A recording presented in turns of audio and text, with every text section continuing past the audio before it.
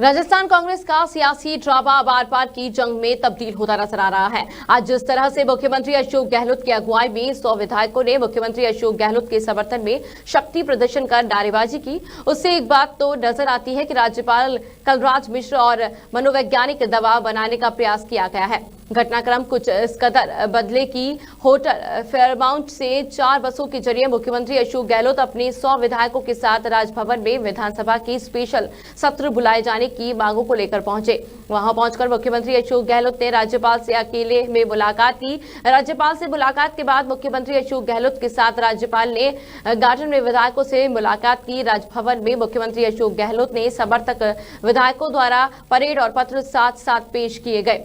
राजभवन में पहली बार राज्यपाल से न्याय किए जाने की अपील कर नारेबाजी के दौरान गहलोत तुम संघर्ष करो, हम तुम्हारे साथ है कि नारे की गूंज के जरिए मानो राजभवन में राज्यपाल पर मनोवैज्ञानिक दबाव बनाए जाने की कोशिश की गई। नहीं चलेगी, नहीं चलेगी, नहीं चलेगी, नहीं चलेगी। इंसाफ हमारा नारा है, इंसाफ हमारा नारा है। जिंदाबाद, जिंदाबाद, जिंदाबाद। हम तुम्हारे साथ हैं, हम तुम्हारे साथ हैं, हम तुम्हारे साथ हैं।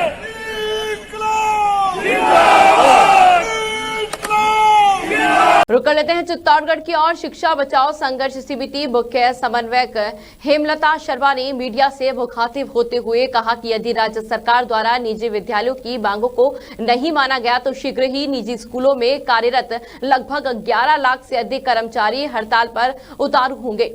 कोरोना के कारण विद्यार्थियों के संचालकों पर दोहरी मार पड़ रही है और सरकार द्वारा अभिभावकों को स्कूल की फीस स्थगित करने के आदेश निकालने के बाद विद्यालय संचालकों की स्थिति और भी विकट हो गई है।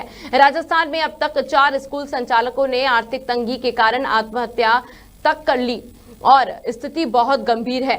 वहीं आरटीआई का भुगतान भी सरकार द्वारा पिछले 3 वर्षों से नहीं किया गया है और विद्यालयों के खर्च जो के त्यों है, इसमें कोई कमी सरकार द्वारा छूट नहीं दी गई है। पत्रकार वार्ता के दौरान समिति संयोजक सीमा शर्मा, प्रदेश अध्यक्ष कैलाश शर्मा, IS अरोड़ा सहित बहुत सी निजी विद्यालय संस्था पर मौजूद रहे।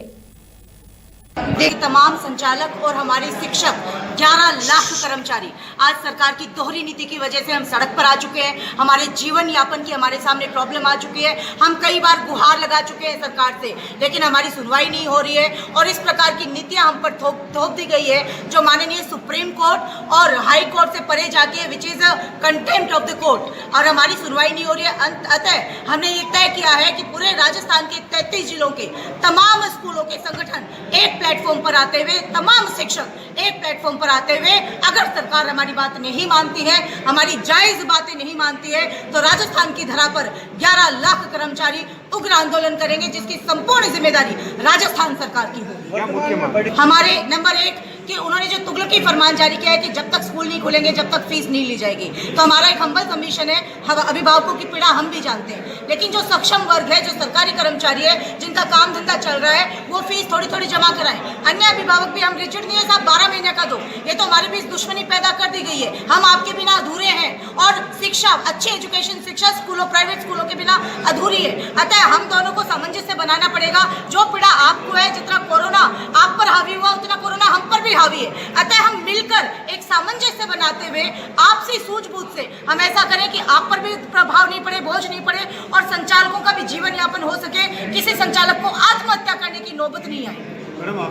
हम भी जानते हैं कोरोना वैश्विक महामारी है और इसका प्रभाव जितना आप पर हुआ उतना हम पर भी हुआ है, तो हम कोई रिजिड नहीं है, हम फ्लेक्सिबल है। अभिभावकों की समस्या हमारी समस्या है, लेकिन हमने पूरे जीवन भर आपके बच्चों को पढ़ाया है, शिक्षा दी है। आपका भी कर्तव्य है कि आज हमारा जीवन पर संकट है, आप हमारा जीवन का भी संरक्षण। कोटपुतली उपखंड स्तर पर कोरोना पॉजिटिव मरीजों की संख्या उत्तरोत्तर बढ़ोतरी को देखते हुए SDM सुनीता बीड़ा ने रोड शो किया। कोटपुतली थाना इंचार्ज सहित पुलिस जाब्ते के साथ जारी एडवाइजरी की अनुपालन हेतु रोड शो के लिए निकली SDM सुनीता बीड़ा। उपखंड कार्यालय से निकलते ही सारे आजाद चौक में खड़ी बेतरतीब मोटरसाइकिल और दुपहिया वाहनों को पुलिस द्वारा हटवाया गया।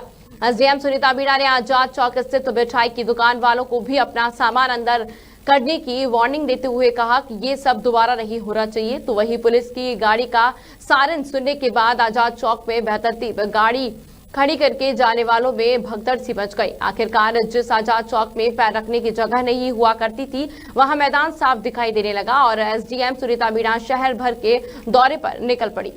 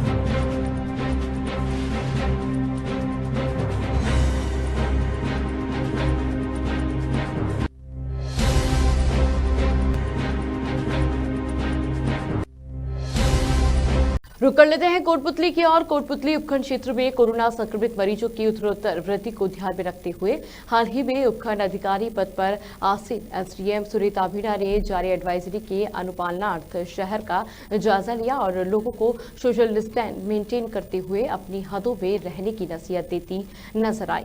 बीसीएमओ रामनिवास यादव के अनुसार क्षेत्र में जहां कल 2 कोरोना पॉजिटिव मरीजों की पुष्टि की गई थी, तो वहीं आज 5 कोरोना पॉजिटिव मरीज सामने आए, जिसमें एक रघुनाथपुरा निवासी व्यक्ति धानुका केशवारा फैक्ट्री में कार्यरत है। तो वहीं गौनेड़ा निवासी 2 युवक वह एक युवती इसी फैक्ट्री में कार्यरत रहते हुए कोरोना पॉजिटिव पाए गए, जबकि एक व्यक्ति को स्थानीय सरहाय मोहल्ला से कोरोना पॉजिटिव चिन्हित किया गया। पीएमओ डॉक्टर रतिराम यादव के अनुसार राजकीय वीडीएम जिला चिकित्सालय में आज 30 मरीजों की स्क्रीनिंग की गई, जिन्हें मिलाकर अब तक कुल 7,648 मरीजों की स्क्रीनिंग की जा चुकी है। तो वहीं आज तक कुल 449 मरीजों को भर्ती कर सैंपल जयपुर भिजवाए गए, जिनमें से 399 मरीजों की रिपोर्ट नेगेटिव प्राप्त हुई, जबकि 33 मरीजों की रिपोर्ट आना भी बाकी है। पल पल के अपडेट के लिए देखते रहिए इंदौरिया टाइम्स। सावधानी ही बचाव, सावधानी हटी दुर्घटना घटी।